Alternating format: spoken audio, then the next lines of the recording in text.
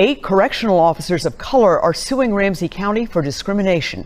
An attorney representing the officers says they were prohibited from entering or working on the floor where former MPD officer Derek Chauvin was being held.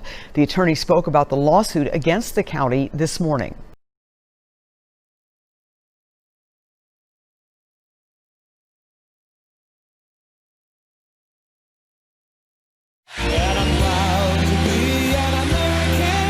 It was Donald Trump's first rally in 4 months as the US president campaigns for re-election. Hundreds of thousands registered for tickets online, but the 19,000-seat capacity stadium in Oklahoma was less than half full. And it's TikTok users who oppose Donald Trump who are claiming credit for the low turnout.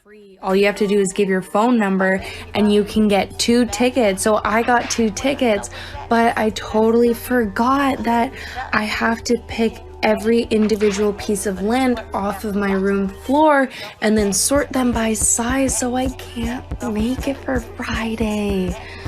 Oh well, I already got the tickets. It was apparently part of a social media campaign on TikTok for users to register for tickets using their mobile phone numbers and simply not turn up.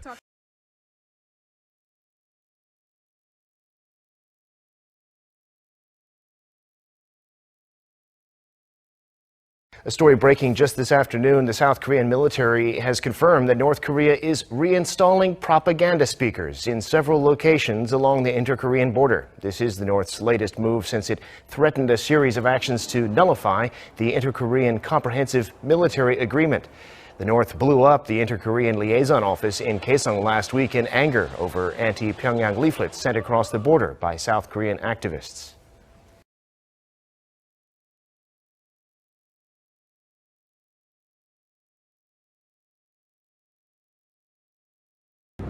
At the southern tip of the Japanese archipelago, a cluster of uninhabited islands, now on the front line of what may be a new flashpoint.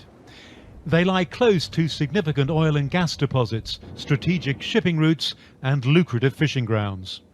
To Japan, they are the Senkaku Islands. China calls them the Diaoyus.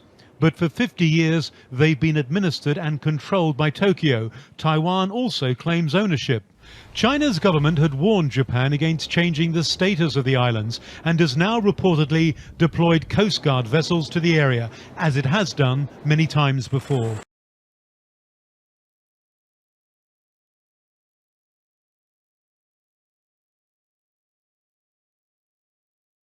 To discuss this further, Rosie, I've got Angela Kane, who is a former UN senior advisor and has been participant and an expert in these type of nuclear talks. Angela, why aren't the US willing to do these talks without China on board? Well, there are basically concerns particularly about missiles, and of course this New START is not at all about missiles. But on the other hand, President Trump and also his senior envoy, the Secretary of State Pompeo, has always sort of said the Chinese need to be at the table. They abrogated the US unilaterally, the JCPOA 2 years ago. They abrogated the INF, the Intermediate Nuclear Forces Treaty, last year. And now they abrogated the Open Skies this year. So then you question what's next. New START is the last bilateral treaty that exists between the US and Russia. If that is gone and it expires in early February next year, there's nothing left.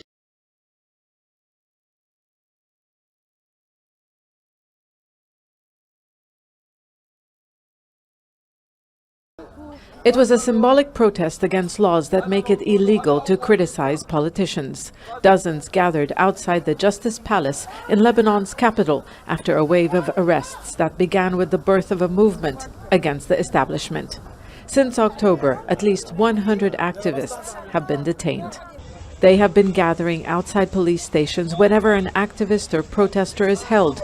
At times, they violently clash with security forces, and more often than not, it's their campaign that secures a release. Lebanese law criminalizes defamation against public officials with sentences of up to 2 years for insulting the presidency. But rights groups say these laws are being used by the powerful against their critics.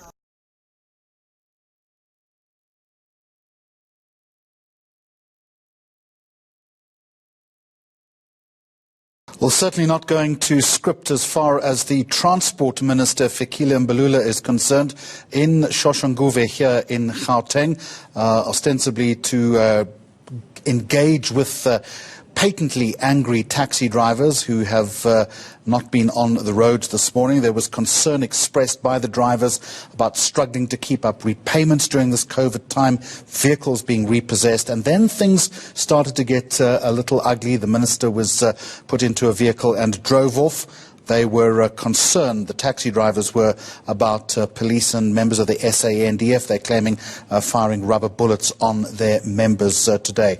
Essentially, the minister saying there is no more money as far as assistance or bailout is concerned. He was also saying that he's confident that the taxi industry is going to survive.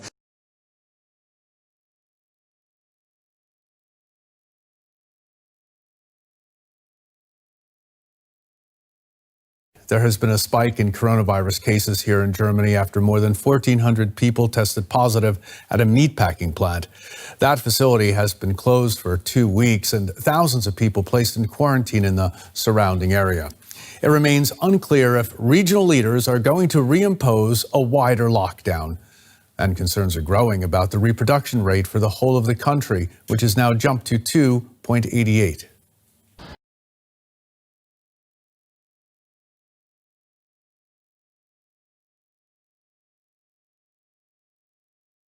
As we go to air, thousands of Melburnians are surging on drive-through COVID testing sites. It appears to be a reaction to a number of areas being declared coronavirus hotspots. Blake Johnson begins our coverage this afternoon. Blake, people have been queuing for hours in their cars. Jackie, there's been a huge rush today by people wanting to get tested for coronavirus. We saw huge queues at testing centres right across the city, from Keilor Downs to High Point, Northland to Southland. Wait times were blowing out to more than an hour for some people. Others were turned away, such as the demand on testing resources. They were told to try another test centre. Victoria recorded 16 new cases overnight. Just 4 are returned travellers. 12 cases show community transmission.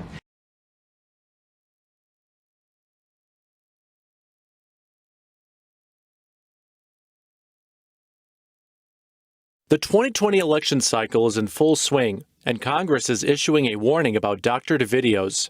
In a memo, the House Ethics Committee says posting deepfakes or other audio-visual distortions intended to mislead the public may be in violation of the Code of Official Conduct.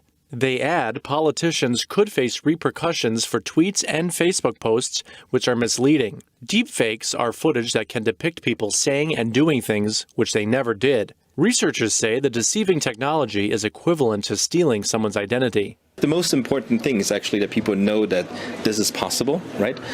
If they wouldn't know, then they could easily be fooled.